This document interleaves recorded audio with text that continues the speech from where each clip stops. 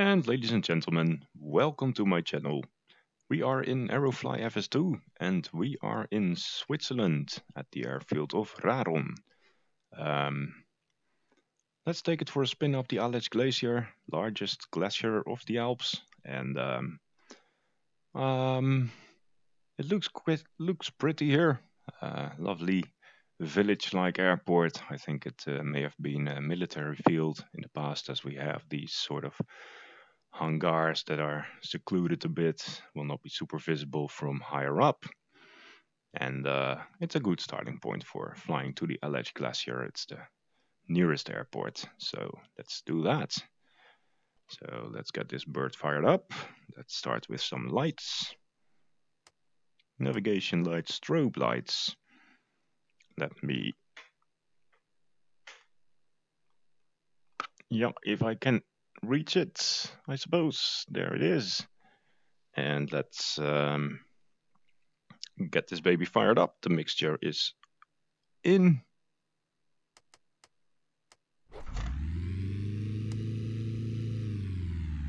Oops.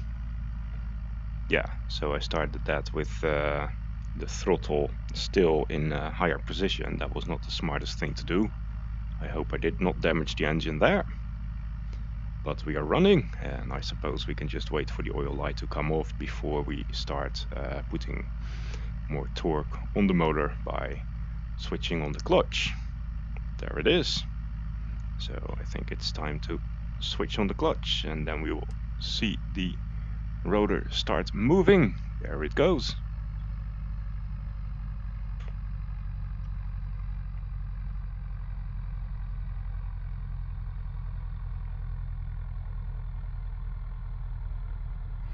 And let's just wait for the RPMs to come up.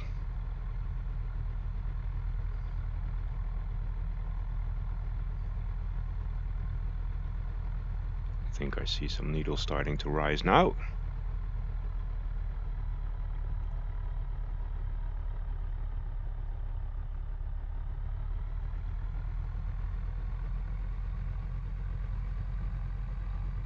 Now I'm not increasing throttle, this is just the engine doing its thing.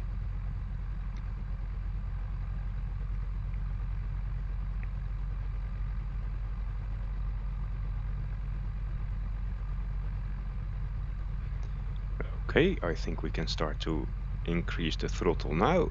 So I'll just be looking to the manifold pressure gauge and put it about 16 or 17, I believe. Should be the right place.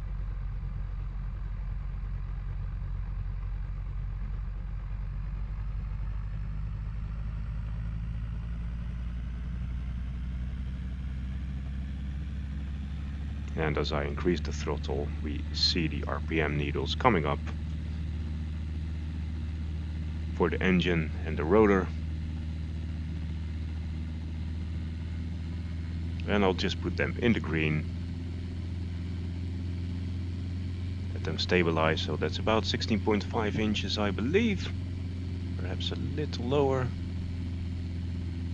Not too low, because otherwise we will see a massive RPM drop as we raise the collective, so I think that should be about good. So I will then activate the governor. There we have it, the light is out, and we can fly.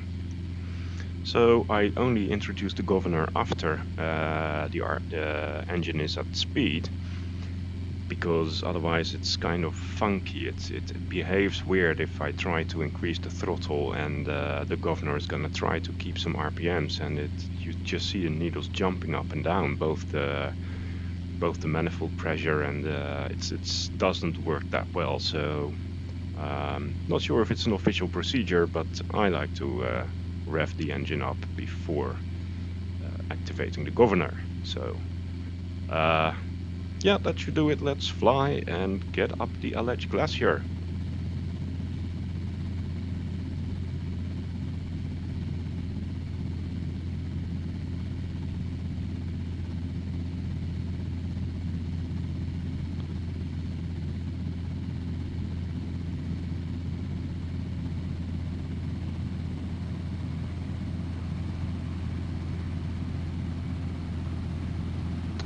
think we have reached ETL at this time, so can start climbing now. Oops. That's altitude that's doing that, so let's see what we can do.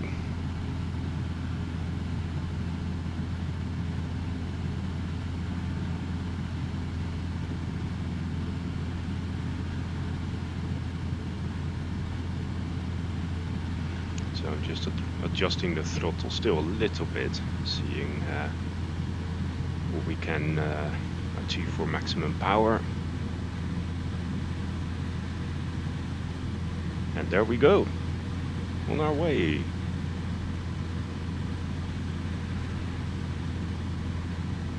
And I love the Switzerland scenery, it is so pretty. I love the Alps, and it is great to be able to fly around here. It's absolutely adorable. Now this flight is gonna take a while because this helicopter is not fast up to the glacier, and making a way across the pass between the Jungfrau and the Mönch, that's gonna take a little while, so sit back and relax, enjoy all the views. It is worth it.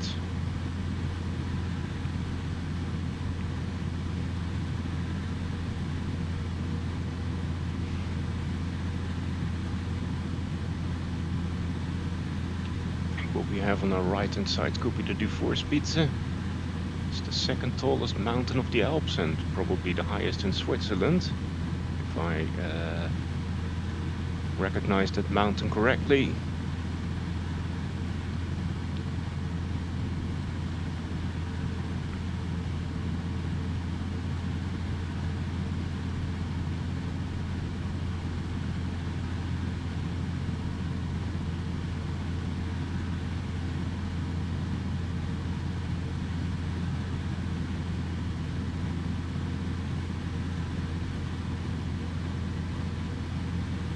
And I guess I won't be talking all the time here. I'm not that good a speaker, so. And we have the railway a little bit up the valley. I believe it's the Rhine River, perhaps, the Rhone, that's down below in the valley. We're tracking it upstream, and the Aletsch glacier will be the main contributor to that river.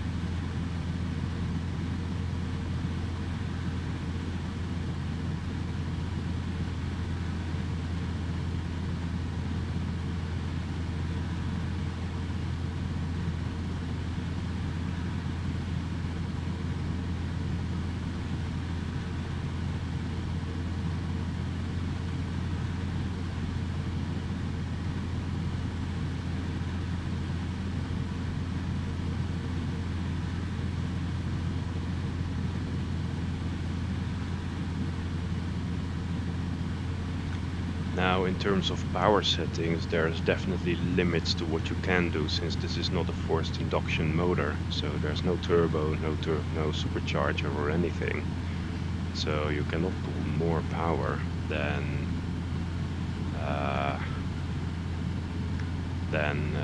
what is available for air pressure at any given altitude. And I don't know what these settings are, so I'm kind of guessing. But usually, as you reach your maximum power setting, you will see a drop in the rotor RPMs,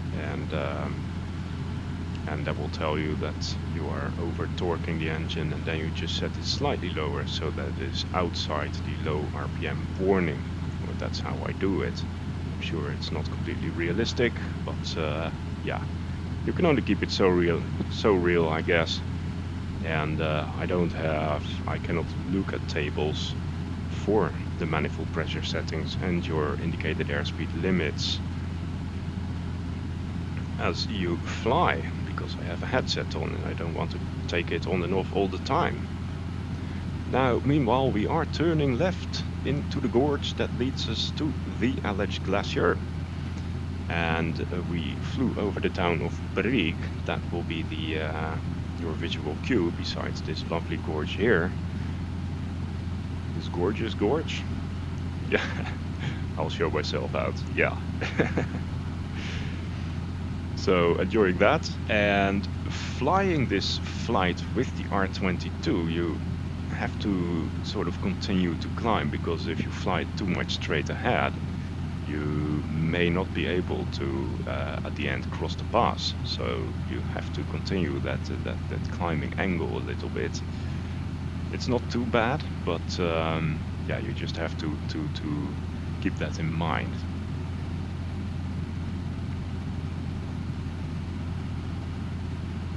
And now, as we climb, we will see the manifold pressure decrease all the time. That's just a result of less power available, less oxygen available to the motor, to the engine.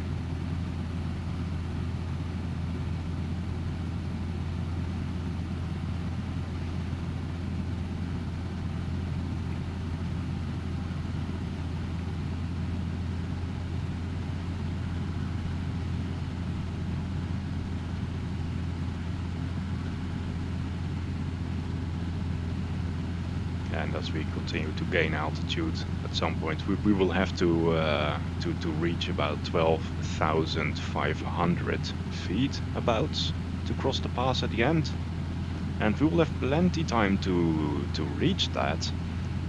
But again, at that altitude, the performance of the helicopter is extremely limited. And as long as you climb, you will probably not have to worry about exceeding VNE, or the speed limits for that altitude. But of course, as we cross the pass, and I will be looking to descend towards the Schilthorn, as you descend, you will increase airspeed, and then it will be quite tricky, in real life that is, to not exceed VNE, because of course, as you drop, you will easily increase your airspeed. But again, that is not simulated in this flight simulator, so I suppose that's good for us. I have to mind my turn coordination here, and look at that. That will be the end of the Aletsch. Super impressive.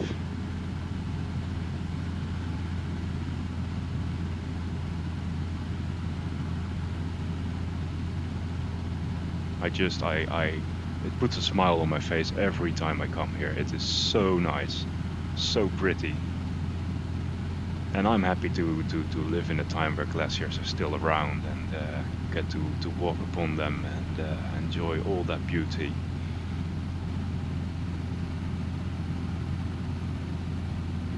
It's just amazing.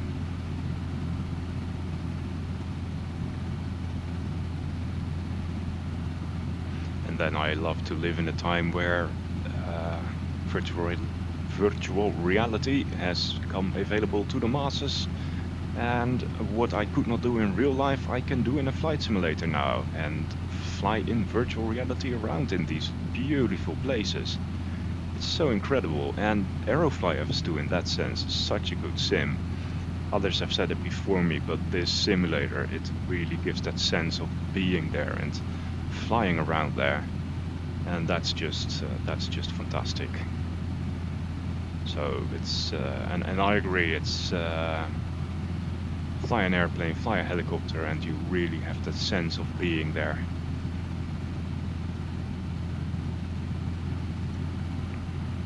So let me just see if I can pull the collective a bit more here, and just to, as we see that drop in the RPMs, I think I already see it, so this will be about the maximum that I can pull. As I let me see if I can point that to you. I You see the needles here coming on the lower region of the green. And as we now continue to climb, they will drop ever more until we hear the warning. There it is. So I dropped the collective slightly just to stay out of that warning. And basically what happens if the RPMs drop too much, we will lose all the performance, and in the end, at some point we will just start dropping. So that's we don't like that really. Now I think, let me just descend a little bit here.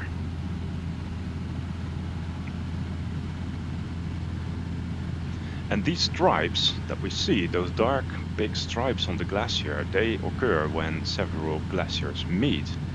And so it's basically the separation between a bunch of glaciers, and as you will see when we get higher up, there's 3 glaciers converging, which causes these 2 stripes to be present on this glacier. So, and I think, well, I did do a few glacial hikes. I did the Everest track and the K2 Basecamp track, and I did also do some hiking in the Alps. And these dark stripes, they can in fact be the attractive place to walk on them, because they tend to have all the stone rubble, and therefore a bit more, you will have a bit more traction with your shoes. Don't slip away all the time. And let me just take it towards here for a little bit. I always like to stop here for a moment,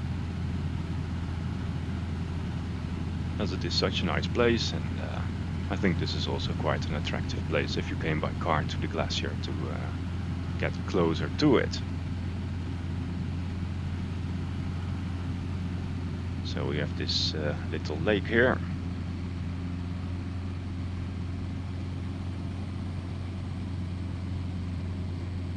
And at this altitude I will have not a lot of performance in the helicopter. So I have to mind my descent speed here. And then as we come into the ground effect, we can use that cushion to just hover around and put it down somewhere.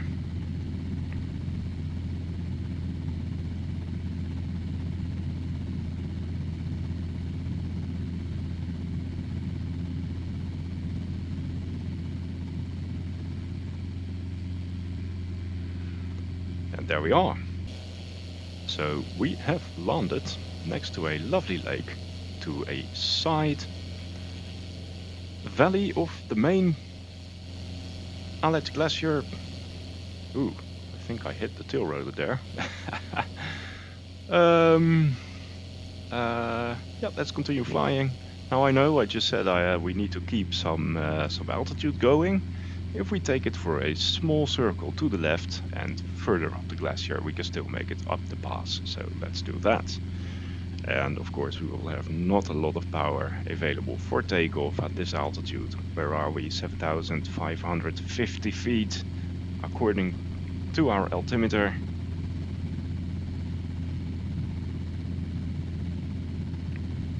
So we can do an in-ground effect hover, but we will not be able to get away until we reach ETL. So there is the low RPM warning, and it's good that the terrain drops a little bit here, so we have some margin to gain airspeed. And as we gain airspeed, our performance increases substantially. ETL is what is it again?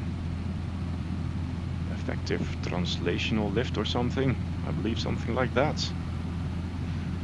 It basically means that because you have forward airspeed, your rotors continue to work in clean air as opposed to the turbulence created by their previous revolution. So that means they have a lot more effect. So gaining some airspeed now, and I'll just take a shallow turn back to the left and use that as a delaying vector to come back up. And right in the distance I believe the Matterhorn, pretty mountain.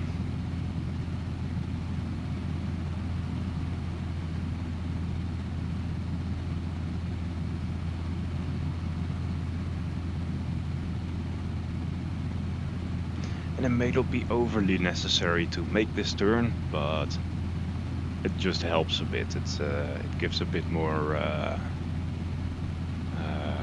You won't be as tense when you reach the pass and try to cross it. So there is that. And off we go, upstream, up to the tall mountains of the North High Alps. The famous trio of the Eiger, the Mönch and the Jungfrau.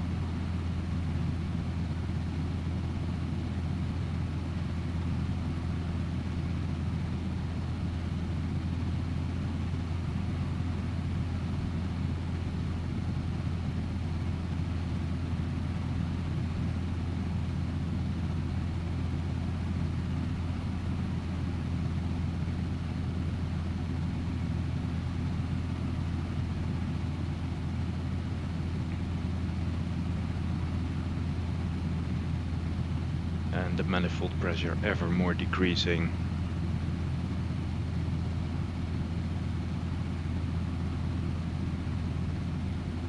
Let's see what happens now if we just increase that throttle a bit more. It's just basically some experimenting, see what happens.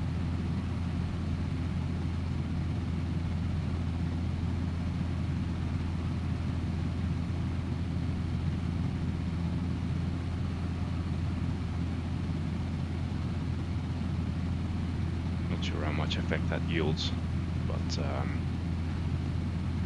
any power available is welcome at this stage, as we will try to go straight ahead here and fly up straight ahead at this big intersection of glaciers and come over the top of that, as we have on the left the Jungfrau, highly pretty mountain, and on the right the Mönch, and then just hidden behind the wall the Eiger,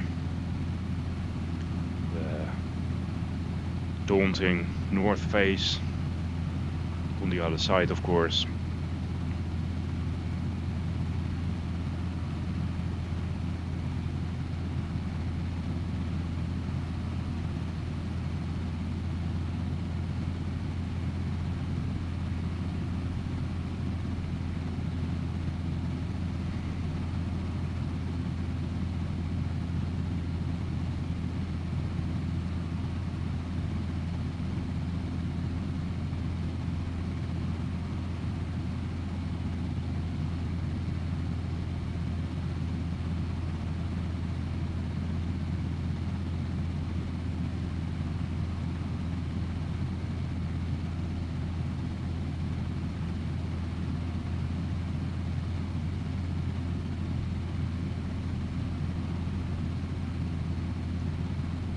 Clouds just jump to a different setting. I'm not sure why that is, but I think every so many hours or every hour they tend to do that.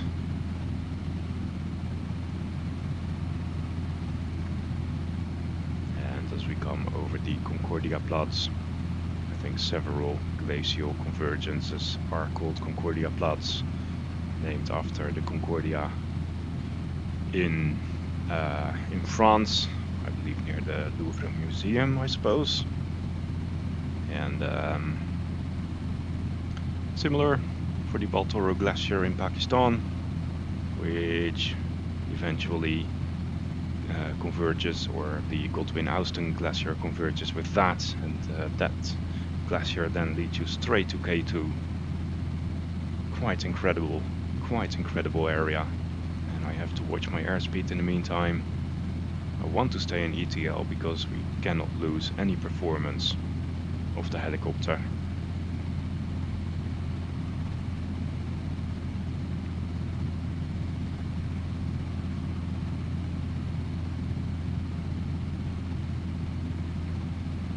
Now it seems that increasing the throttle now and then actually helps quite a lot to maintain RPMs for the engine. So I'm not sure if I've done that before. In fact, the governor should take care of that, but maybe at some point, I don't know, run out, or. But that's interesting. It's nice to play with that a little bit. I think the obvious choice would be more to fly this with the EC135. It's going to be a bit faster and much more performance at higher altitude, so that's the obvious choice for doing flights like this. But I definitely enjoy flying it with the R22 as well. It's just you have all the time to enjoy that scenery. It's almost like the difference between cycling or hiking, I suppose.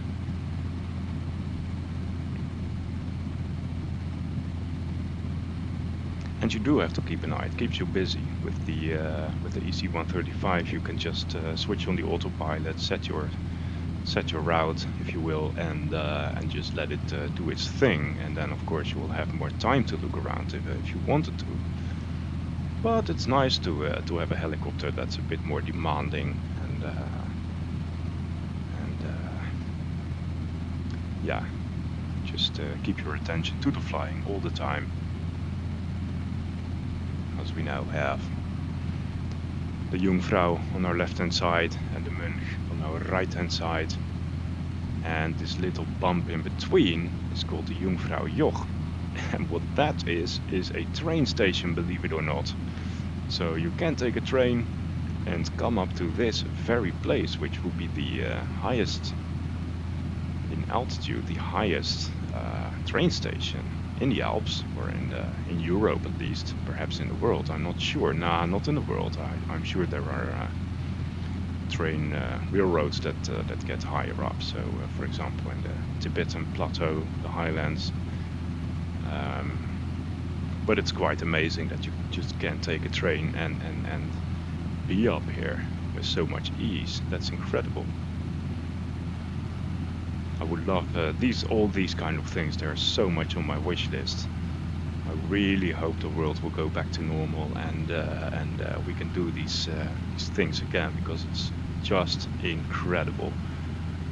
So let me take it to the left-hand view for a little bit here and enjoy this precipice. It is so pretty. This is so pretty. My word. Oh. We have an RPM warning. Now this view switching, so coming like this is what you cannot do if you fly with the VR controller, because you just lose the grip on the cyclic and your helicopter will show its imbalance. So, and that's what I like about hardware controls, is that you can do that. You just have your flight stick available and you can do as you please. Now let's have a look to the right hand side, as we have the Eiger over there. Perhaps we can just take it to the left a little bit and enjoy that view, because it is so incredible.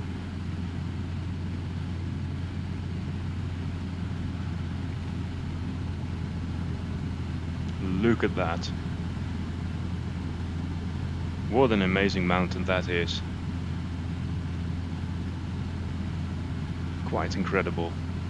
Now I am gonna turn left again and make my wheel to the Schilthorn, just for the purposes of this video not getting too long. I think we've been at it already for quite a while. But down below, the valley that is famous for Lauterbrunnen, that's on our right hand side, just over the skid there. And on our left, just behind the console, we have the town of Muren. And this vertical wall has some of the tallest waterfalls in Switzerland, and you can do some via ferrata there as well. Again, amazing place to come to. Highly recommend it. It's a dream. So looking for the Schilthorn, I think it is straight ahead over there. That is lovely, and the altitude of that will be almost 10,000 feet, very close to 10,000 feet. And what that means is that for the official specifications of the helicopter, of this helicopter, that it is above the in-ground effect hover limit. So yes, with the R22 you have to be quite wary of landing there. You cannot, you have to transition into your hover quite precisely. Now there are a few ways to gain some more margin, and one way I like to do is just fly there, but basically turn the helicopter as you come over the platform. So that's one way to do that. But otherwise you really are very much on the limits of what your engine can do. And yeah, it creates its own set of challenges, and as you know, I like a wee challenge. Now I'll start to descend a bit here. Don't need to be too high.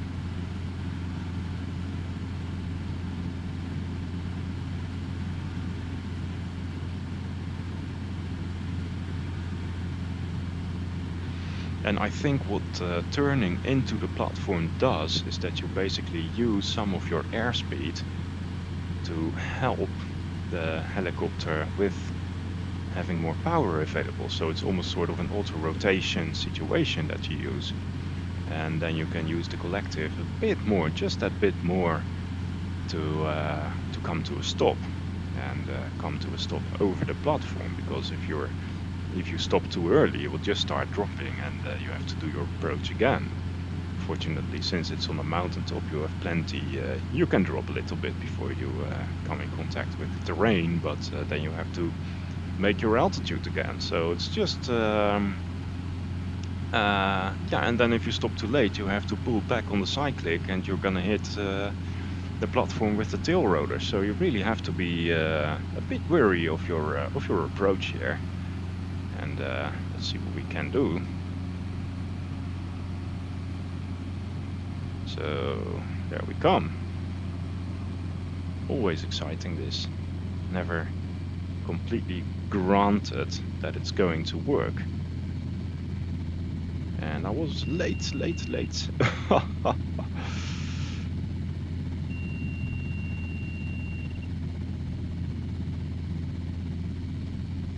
And a little wild, but we did it, and we continue to have control.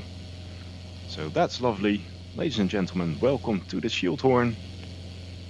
And excellent view on the Eiger North face and all the other mountains, of course. So let's shut this baby down. I guess I will use the mouse to pull the mixture. And from there I should be able to do the rest with my controller, which I just like a bit better. That's the ignition. And let's have the brake.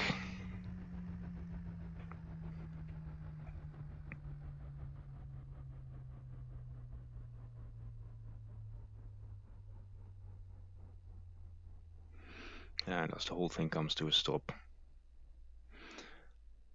let's take off the clutch.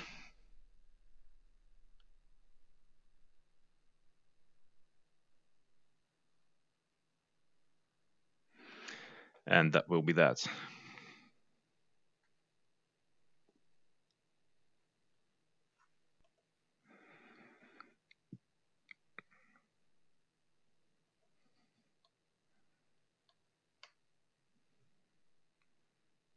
That's just brilliant. Well, ladies and gentlemen, thank you for watching, and see you on another flight. Bye bye.